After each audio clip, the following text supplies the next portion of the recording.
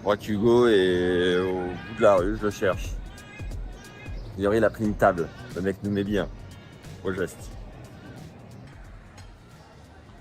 Ça va Hugo? Ça va et toi, Max? La forme? En forme. T'as l'hôtel dans le coin, non? À 500-600 mètres. Ok. Et là, on va aller boire un café dans un endroit que j'aime bien. Allez, je te suis. Let's go. Tu nous emmènes de ton repère ou quoi là? Eh ben, écoute, petit café sympa, petite rue dans une très grande ville. Je trouve ça assez sympa. C'est beaucoup de monde pour boire le café comme ça le dimanche. Je pense qu'on est pas loin d'être au max. C'est vrai qu'on est dimanche matin. J'oublie complètement quel jour on est. Premier jour là, du tableau final. Toi en double, ça rentre un peu plus tard. Ça commence mardi maintenant. Là, c'est la première année que ça commence mardi. D'habitude, c'était le mercredi. C'est allé sur 3 jours. Donc, le tableau sort tout à l'heure. On saura tout à l'heure à quelle heure. Enfin, quel jour on jouera à peu près. Ouais. C'est la combienième de saison, d'année, de fois que tu viens ici à Melbourne? C'est la 7e année consécutive. Ouais, c'est mon 7e Australian Open déjà. Et donc l'année dernière, tu es finaliste en titre. L'année dernière, tu avais claqué un gros résultat. Tu as joué toute la saison avec le même joueur? Ouais, l'année dernière, on a fait finale et on a fait toute l'année ensemble. On a fait une belle année avec des très bons, des moins bons résultats. Mais oui, oui, on a joué ensemble tout le temps. Et je me souviens plus qui avait joué avec Jérémy Chardier, parce qu'il avait fait un bon résultat aussi, ça me revient. Là. J'hésitais, je sais plus si c'était avec toi ou... Eh ben, Jérémy, il a joué avec Fabrice Ouais. Martin et on les a joués en demi-finale justement Ouais. sur la Road Lever. C'était un super souvenir. Ouais. Très bon pote à toi, Fabrice. Très très bon pote et c'est le dernier mec avec qui j'ai bu un café ici d'ailleurs. Ah ouais. Ouais. Fab, si tu nous regardes, bisous. Ok, 7e année, donc là ça y est, on avait fait un premier épisode de podcast pendant le confinement qui est d'ailleurs toujours dans les cartons. J'attends toujours que t'envoies un grand chelem, on n'était pas loin l'année dernière. T'avais d'ailleurs une barbe un peu, t'étais en mode découpeur de bois à cette époque-là. Exact. Donc c'était il y a 3 ans, 4 ans bientôt. Ça va faire 4 ans en avril. Ah ouais, là j'étais dans un autre monde. Là j'étais à la campagne, je coupais du bois en effet, je cueillais, je plantais. Non, j'étais pas dans le tennis du tout, mais intéressant à ressortir dans quelques années justement. Après, ça peut être marrant. Tu reverras ta tête de jeune de l'époque. Et du coup, les choses ont bien évolué pour toi, c'est top, on va en parler en détail. Mais déjà, j'ai eu oui dire par d'autres membres de la team Extia. Ah voilà, Ouais, le café, superbe, meilleur café de Melbourne. c'est magnifique. J'ai eu la cuillère et tout est collector ici. Hein. Incroyable, Ouais, c'est ça. c'est magnifique. J'ai eu oui dire que toi, t'étais un peu ce style, un peu à l'ancienne, à prendre ton café le matin avec ton journal. Thank you.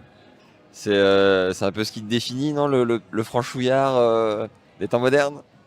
Je sais pas si c'est ce qui me définit, mais oui, j'aime les choses simples. Je trouve que c'est plutôt mal. Je suis plutôt café le matin, comme ça, dans les petites rues, découvrir. Bon petit déj, bien manger, plutôt que soirée jusqu'à 6h du mat. Mais j'aime bien les deux, hein, mais oui, c'est vrai que mes potes me font un peu cette réputation en rigolant. Mais j'aime beaucoup ça, c'est Tu vrai. lis quoi comme journal de l'équipe ou autre chose? Journaux, ouais, non, sinon je lis mes bouquins, mais l'équipe, entre autres, ouais, ou les journaux locaux en général, comme ça je vois un peu ce qui se passe. Mais je suis pas non plus là à ouvrir mon journal tous les matins. Non, je suis pas comme ça, je suis pas comme ça. Tu lis quoi en ce moment? Un roman. Un roman qui s'appelle Respire, D'accord. qui est très connu. C'est je crois dans toutes les bibliothèques en première ligne. J'ai juste pris ça pour l'Australie, histoire. De qui? Alors c'est Maud Ankawa. Anka, voilà, ouais, super connu. Donc on m'a dit que c'était sympa et effectivement c'est très léger, c'est sympa. Ouais. Cool. Du coup, ouais, tu me disais, tu sais, sur les tournois, il faut quand même un peu se divertir comme on peut. Ça peut souvent être la même routine. C'est quoi, toi, tes habitudes, par exemple à Melbourne ou sur d'autres endroits? Comment procèdes-tu? Bah comme je te disais, voilà, c'est quand le tournoi commence, souvent c'est assez chargé. Il n'y a pas trop de changements. On va assez tôt au club, on s'entraîne comme on peut, on va off-site parce qu'il y a pas, comme il y a les matchs la journée, on doit aller sur des autres sites d'entraînement, donc ça prend du temps. On roule, j'ai les entraînements physiques, tennis, la récup. Donc globalement, quand le tournoi commence, je passe mes journées là-bas. Et sinon, bah voilà, aujourd'hui c'est encore une journée assez tranquille parce que je m'entraîne toute cet après-midi, mais ce matin j'étais tranquille. Bah voilà, j'essaie de découvrir des nouveaux endroits, même si ça fait 7 ans que je viens, bah, j'ai toujours des nouvelles rues, des nouveaux trucs. Moi j'aime bien marcher, j'aime bien bouger, rencontrer un peu du monde, donc voilà, je me balade quoi. Je reste pas dans ma chambre. Donc ça dépend si tu vas loin dans le tournoi pour être un peu plus, avoir un peu plus de temps. Admettons, à partir, quand c'est sur une semaine, c'est quoi? C'est à partir du jeudi, vendredi. Et en Grand Chelem, c'est plus deuxième semaine, non? Que Que tu prends le temps de découvrir une ville. bah non, bah alors plus le tournoi avance, moins je prends le temps parce que si je suis encore dans le tournoi, si tu veux, les temps de récup sont limités, on est quand même fatigué à l'enchaînement des matchs, donc voilà, là pour le coup, je vais vraiment faire du jus, on appelle ça, et moins me balader, etc. Me balader, c'est soit 2 jours avant le tournoi, sur un jour off un tout petit peu, ou sinon après une défaite, tu vois, je peux en profiter avant le prochain voyage, de faire une après-midi ou une journée découverte un petit peu. Ouais. Le café est magnifique, hein, je me régale. C'est vrai, il est bon. Ouais, franchement, meilleur endroit de Melbourne so far. J'ai passé beaucoup de, ouais, j'ai passé beaucoup de temps au club, ça me fait plaisir aussi de. Voilà, hein. On a fait une interview avec Quentin Alice, on a pris 5 recals parce qu'il était 16h15 et que tous les cafés ferment à 16h. Et au final, on a fini dans une cour intérieure et l'interview a bien marché. Les gens ont kiffé voir un peu en dehors du stade, tout ça, tu vois, avoir un peu de vie. Donc, les gars, si ça vous plaît, mettez-nous un petit like et allez suivre Hugoni sur son compte Insta. Il poste tous les jours, le gars. C'est une machine de guerre. Eh oui, j'aimerais bien, mais pas du tout. Je fais pas du tout le taf sur Insta, donc il va falloir que je m'y mette, je crois, parce que ouais. Et prendre quelqu'un pour t'aider, non? T'as pas trop songé à ça? À la base, je me disais que je pouvais le faire moi-même, et plus j'essaye, plus c'est pas possible. J'arrive pas trop, donc peut-être, ouais, ça sera peut-être le cas. Bon alors, raconte-nous un peu la vie d'un joueur de double. Là, t'es top 10 ou aux portes? T'es combien là? Cette semaine, là, je suis 15e. Ouais. Je t'ai croisé d'ailleurs à Turin. T'étais juste derrière pour éventuellement faire partie des 8 meilleures paires sélectionnées pour les ATP Finals.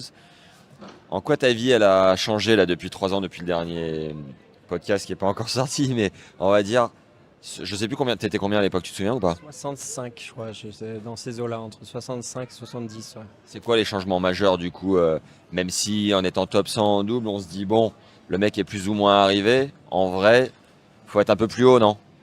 Ouais, en double, c'est arrivé. De toute façon, moi, j'estime qu'on n'est jamais arrivé tant qu'on n'a pas atteint vraiment son objectif ultime. Mais oui, on peut en vivre correctement quand on rentre dans les 60, 70. C'est un peu le cut des grands chelems, des ATP 250. Et moi, bah oui, ce qui a changé, pas mal de choses parce que j'ai un partenaire fixe maintenant depuis 2 ans. Avec Yann, on joue ensemble tout le temps. On a bien progressé. Ça aide beaucoup à se stabiliser et à progresser en tant qu'équipe. Je pense que c'est très important. Est-ce que tu peux juste nous dire qui c'est, et d'où il vient, et quel âge il a? Jan Zielinski, c'est un joueur polonais qui a 27 ans. Il est plus jeune que moi. Et voilà, il arrive du collège des États-Unis. Il a fait 4 ans aux États-Unis. Et ensuite, il s'est mis sur le circuit. Il a décidé de faire du double très rapidement. Dans quelle fac il était? Il était oui, il était dans la même fac que Sadio Doumbia. Donc c'était. Ça nous reviendra. Merde, il va m'en. Galactics. Non, non, non, c'était en Géorgie. Ok. Bref. Georgia. Ouais, ouais, ouais. Georgia Tech, non, c'est ça? Non, Georgia, l'autre. Ok. Town. Là où il y avait John Isner. Ok. Voilà, il me semble que c'est ça. Que Isner avait fait college tennis. Quasiment tous les Américains, quasiment, sauf ceux qui ont été très forts très tôt. Mais ouais, ouais, John, il a été là-bas, je crois. Donc voilà, pour revenir aux différences, voilà, je me suis stabilisé avec un mec, on a très bien joué l'année dernière, encore 2023, on est passé de la 40e, enfin moi j'étais 40e au début de l'année, avec cette finale on est entré top 20, et puis après on a gagné Rome, le Masters 1000, donc top 15. Et voilà, puis on a fini 9e mondiaux à la fin, donc remplaçant au Masters, ce qui est quand même pas mal. Donc on était très frustrés d'être là-bas et de pas jouer, mais en même temps d'être là-bas c'était un premier pas vers ce Masters. Donc ça a beaucoup changé, je gagne mieux ma vie, je suis capable d'investir plus aussi. Donc sur les entraîneurs, en fait c'est un peu l'effet boule de neige aussi, c'est que quand tu es moins bien classé, tu as besoin d'investir pour ta carrière, mais tu n'as pas les fonds. Quand tu joues bien, tu peux, et du coup bah, tu as plus de teams, du coup c'est mieux, donc tu joues bien, etc. Il y a quand même pas mal de choses qui ont changé. J'ai un entraîneur tennis, préparateur physique. Voilà, j'ai une équipe un peu plus étoffée et un partenaire fixe surtout. Donc voilà, c'est très stable. Maintenant, voilà, j'ai qu'une chose à faire, c'est me concentrer sur mes entraînements, sur moi être en forme tout le temps. Et voilà. Tu joues à gauche ou à droite sur le court? À droite, depuis ça va faire 4 ans et demi. T'as changé, c'est quoi le parti pris? J'ai changé, je jouais à gauche très longtemps, quasiment toute ma carrière. Bon, on alternait de temps en temps, quand tu es en futur, tu t'adaptes avec ton partenaire, mais je jouais à gauche et en fait un jour, j'étais avec Romain Arneodo à Los Cabos en 2019 et je lui ai dit écoute, cette semaine je passe à droite, je le sens, Et il me dit t'es sûr quand même, c'est bizarre. Et je dis oui, oui, t'inquiète pas. Et cette semaine-là, on a gagné notre premier titre sur le circuit ATP à Los Cabos et depuis, donc j'ai pas changé, je me sens très bien à droite. Et quoi, tu te sentais robuste sur le retour bloqué à une main et maintenant tu prends plus du slice ou les mecs vont quand même chercher ton revers à une main à droite? Ah, je vais pas dévoiler ce qu'il faut faire contre moi pour que je retourne pas bien, mais, Pas mais forcément oui. ce qu'il faut faire, mais ce que les mecs font en tout cas. Ouais, ouais, ils essayent de. Ce qui peut paraître difficile pour un droitier revers à une main à égalité, c'est de retourner en revers. Et c'est vrai que c'est pas facile. Maintenant, c'est ce que j'arrivais bien à faire. Bah, après, les mecs te connaissent et ils s'adaptent, donc ils te servent un peu plus au corps, ils varient, tout ça. Mais oui, oui, ça peut paraître un peu bizarre parce que t'as un mec au filet en fait qui couvre le long ligne et c'est naturel d'aller long ligne. Donc c'est un peu le défi revers à une main quand tu joues à droite. Mais moi j'aime bien Tu le bosses énormément, le retour? tout le temps, tout le temps. Il n'y a pas un moment où je bosse pas quelques parties de mon jeu parce que c'est de la remise en question permanente, quoi. Enfin, ça, c'est simple, le double. J'estime que tennis, il n'y a rien d'acquis. C'est tout le temps, quoi. Faut tout le temps tout bosser. Il y a des semaines où ça se joue à 1 millimètre, tu te dis putain, c'est pas possible cette semaine, je sens rien, je la sens plus, j'ai perdu le truc. Ou alors c'est quand même globalement le timing est là et ça finit par rentrer. Bah, je dois dire que plus je vieillis et plus j'ai de la bouteille, entre guillemets, je sens que mon niveau moyen est de plus en plus élevé. Donc ça, c'est agréable. Il y a plus vraiment de semaines où j'en mets plus une dans le cours, où je sens rien du tout, tu vois. Après, il y a des semaines où tu as un peu cette sensation, mais j'ai l'expérience pour me dire que bah, je sais que c'est provisoire. Si je bosse, ça va revenir. Ça m'est déjà arrivé 50 fois depuis que j'ai commencé les tournois pro de pas sentir la boule. Je sais que ça revient à un moment donné, à condition de bosser et de rester un minimum positif, etc., etc.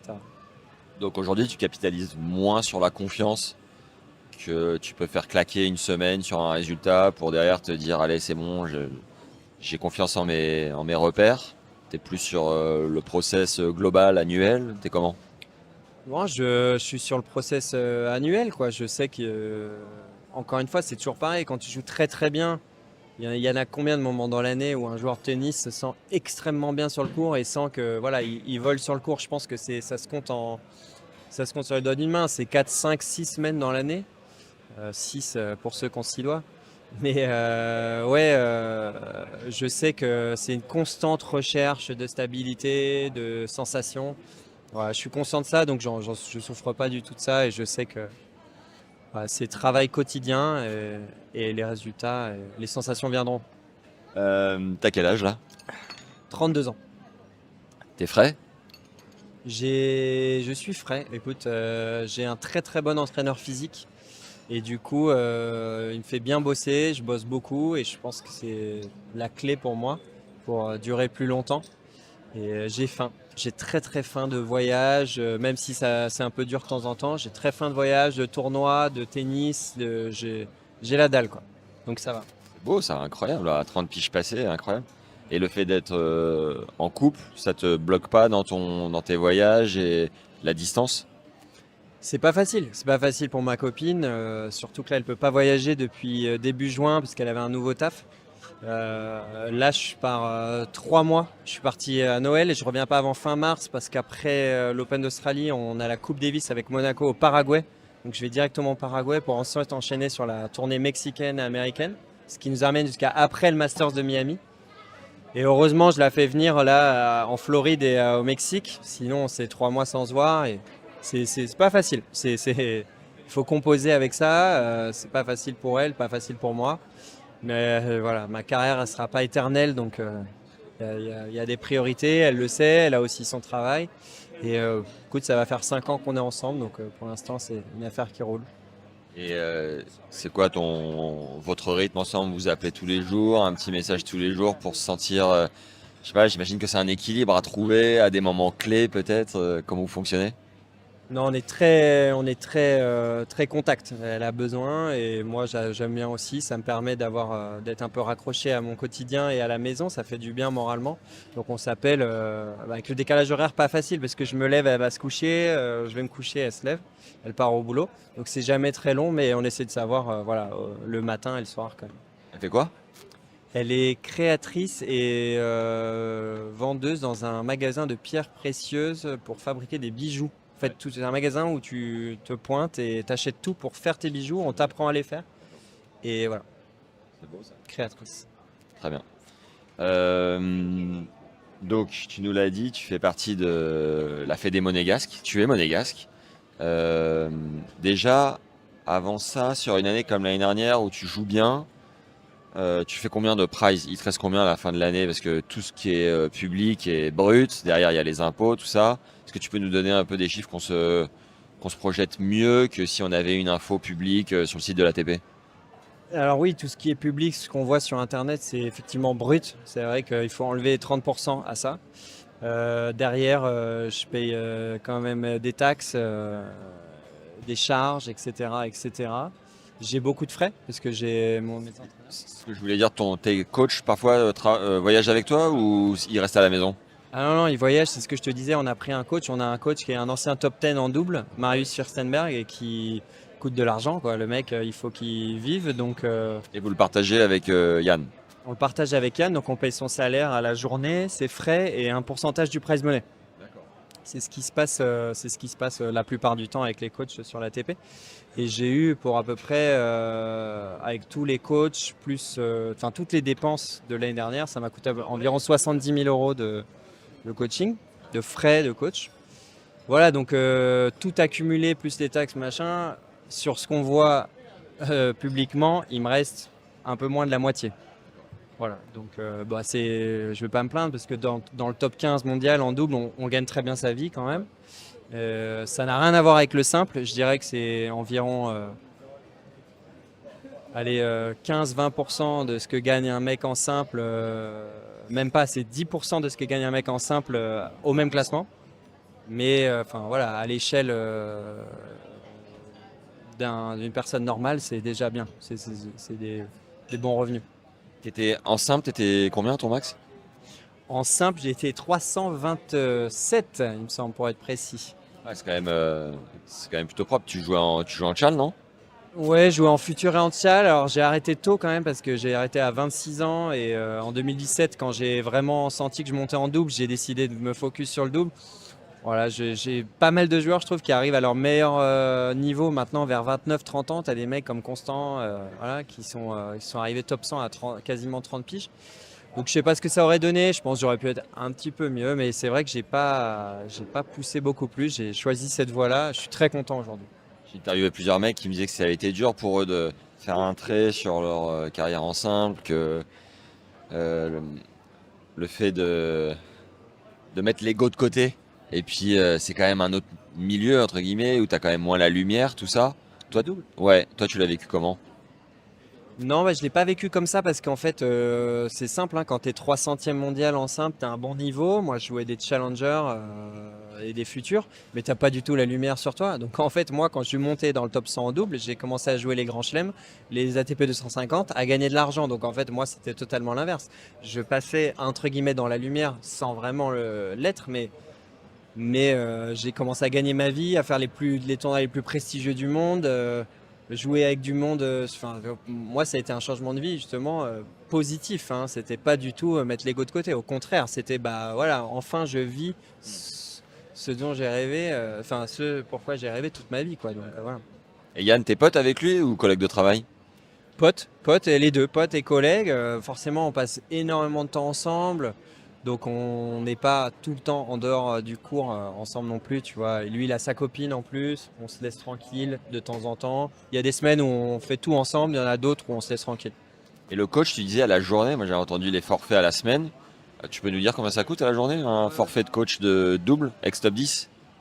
Mais lui, Marius, il coûte 260 euros par jour qu'on divise. Donc ce qui est pas mal, c'est qu'on fonctionne à la journée, tu vois. S'il vient, il est assez cool sur ça. C'est que lui, Voilà, il nous a simplifié le truc. S'il vient 3 jours sur un tournoi en Europe et qu'on perd au premier tour, si tu veux, on lui paye les 3 jours où il était là. On ne lui paye pas la semaine. Parce qu'il a des activités chez lui. Voilà. Donc 260 euros par jour, plus ses frais d'hôtel.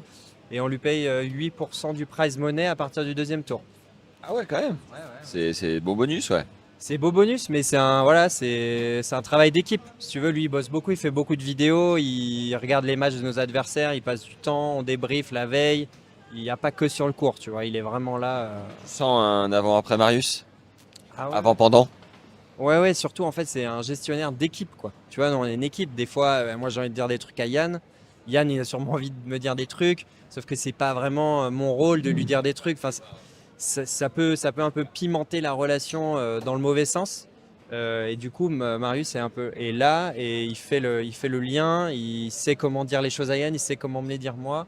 Et ça permet de pas se friter avec Yann parce que c'est pas évident. Tu vois, tu joues en équipe, tu as envie de dire à ton partenaire ce qui te plaît pas, ce qui te plaît plus, ce qui machin. Quand tu es un entraîneur, tu passes par lui.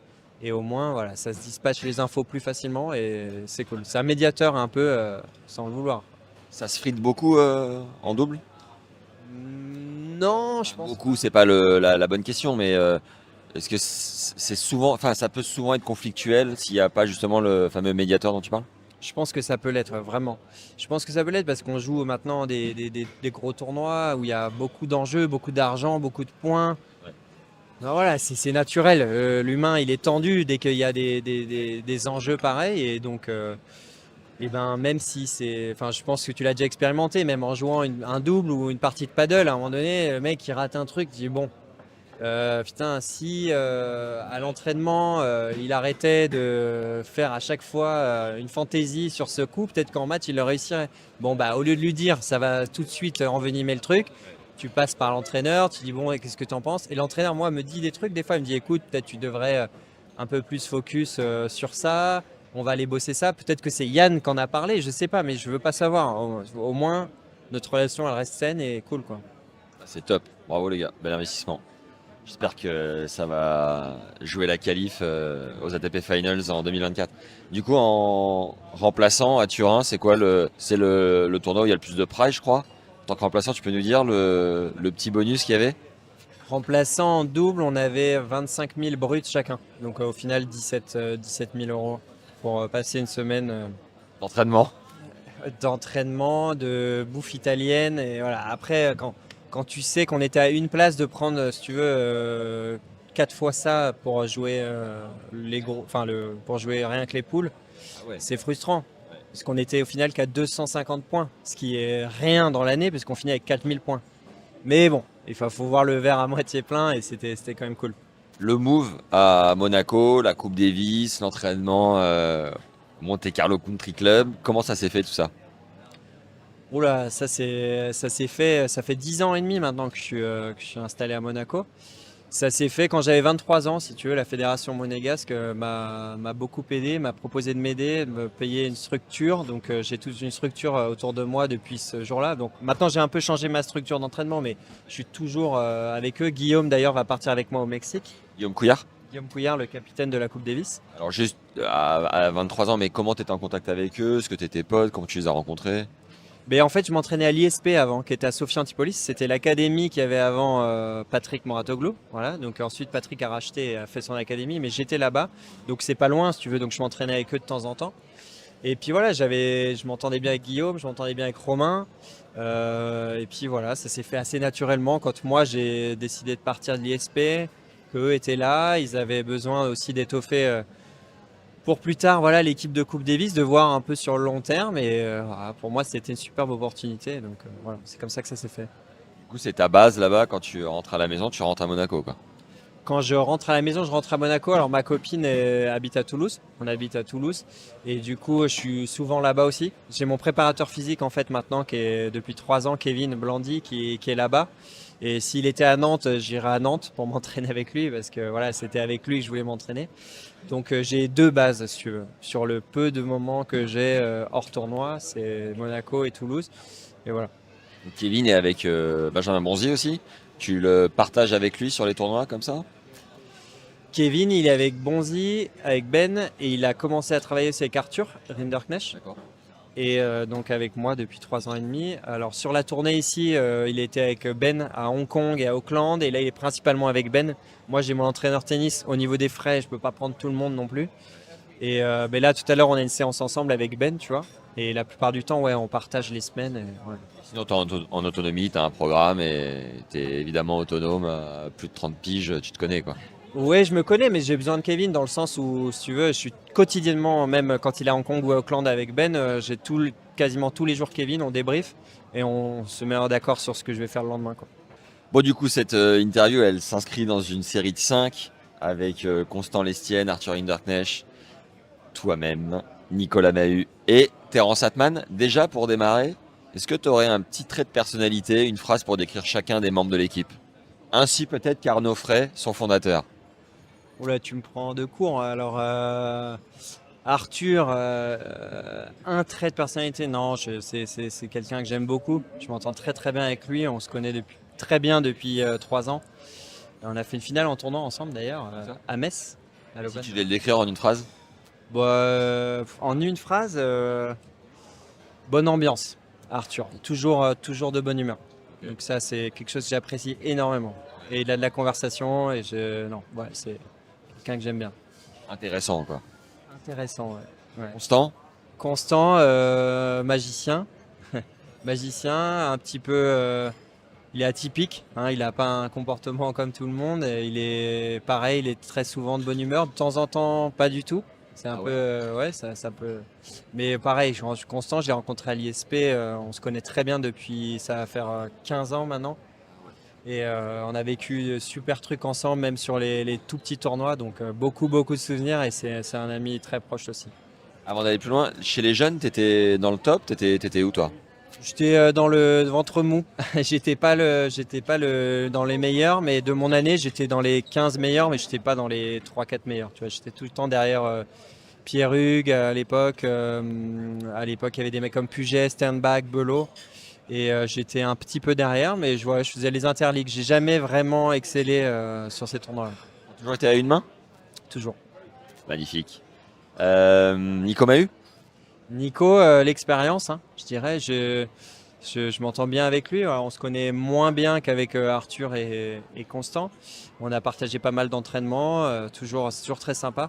Il a évidemment une carrière que j'admire beaucoup. Un palmarès assez incroyable. Il joue à droite. On a un peu le même style de jeu. Je me suis un petit peu inspiré de lui avant, avant de monter au classement. Enfin, je continue à m'inspirer de lui parce que ça reste c'est un très très bon joueur. Et voilà, je dirais l'expérience. Si j'avais un mot. Tu dois claquer une carrière à la Nico Mahut sur la longévité? Tu dois encore là à son âge?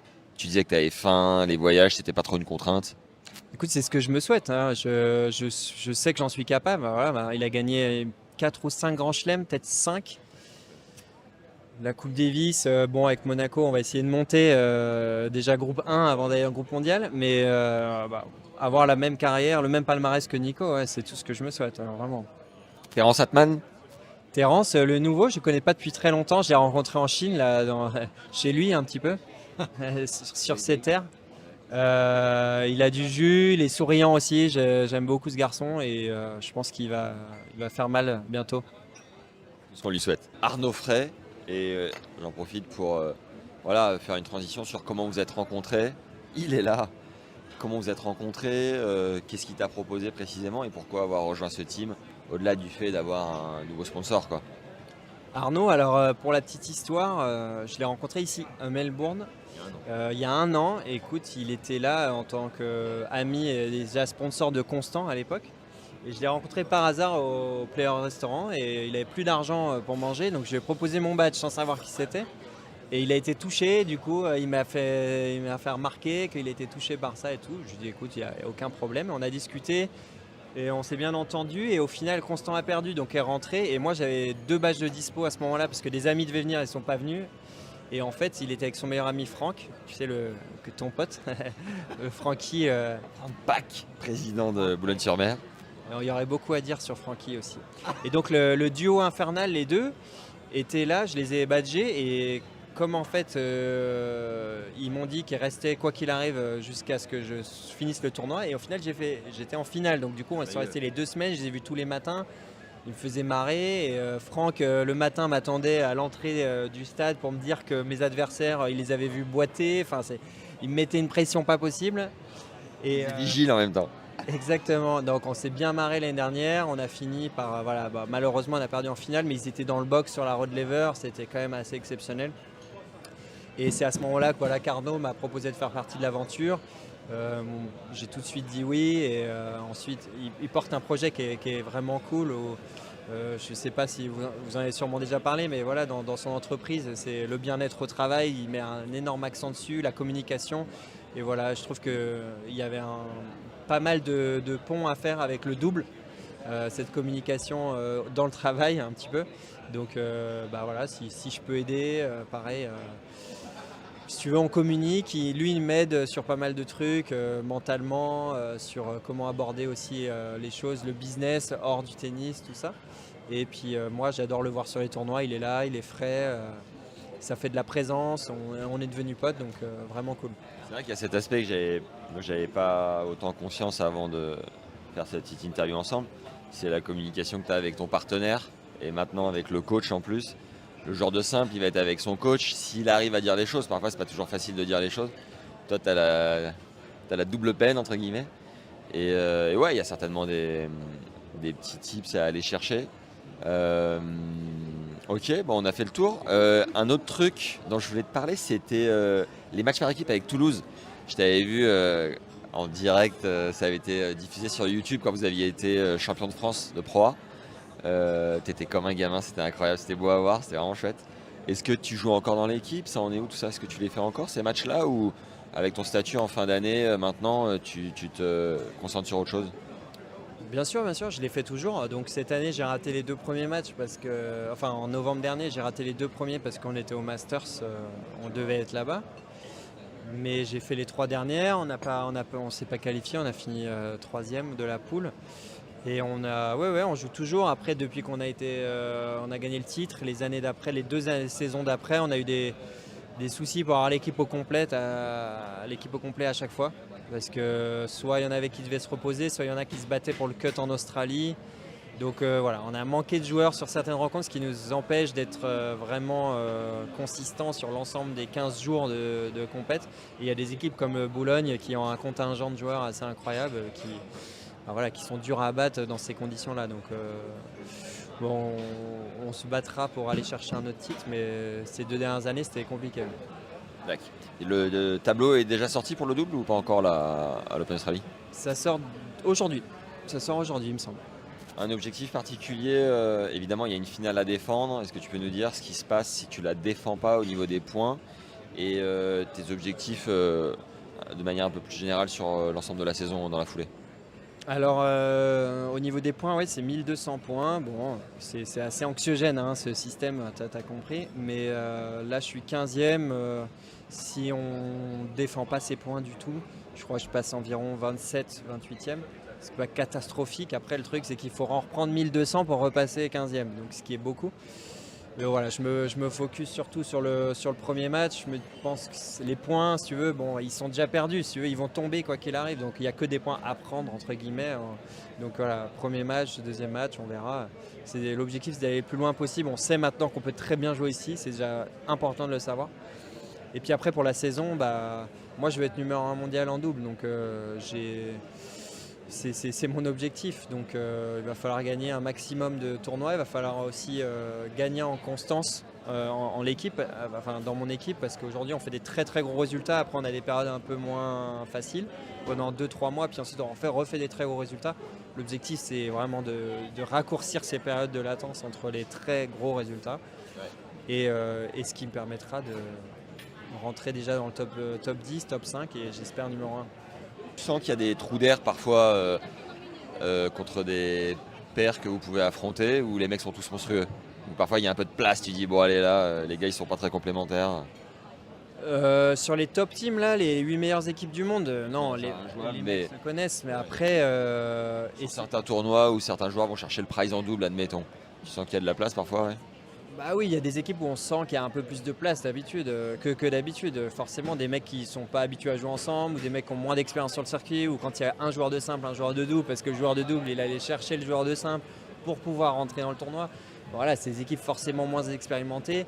Et nous, on les prend à la gorge dès le premier point. Et voilà, c'est plus simple que contre des équipes du top 8 qu'on a joué 15 fois l'année dernière. Tout le monde se connaît par cœur. On change les tactiques tout le temps. Ça se joue à chaque fois à 3 points dans un super tie-break.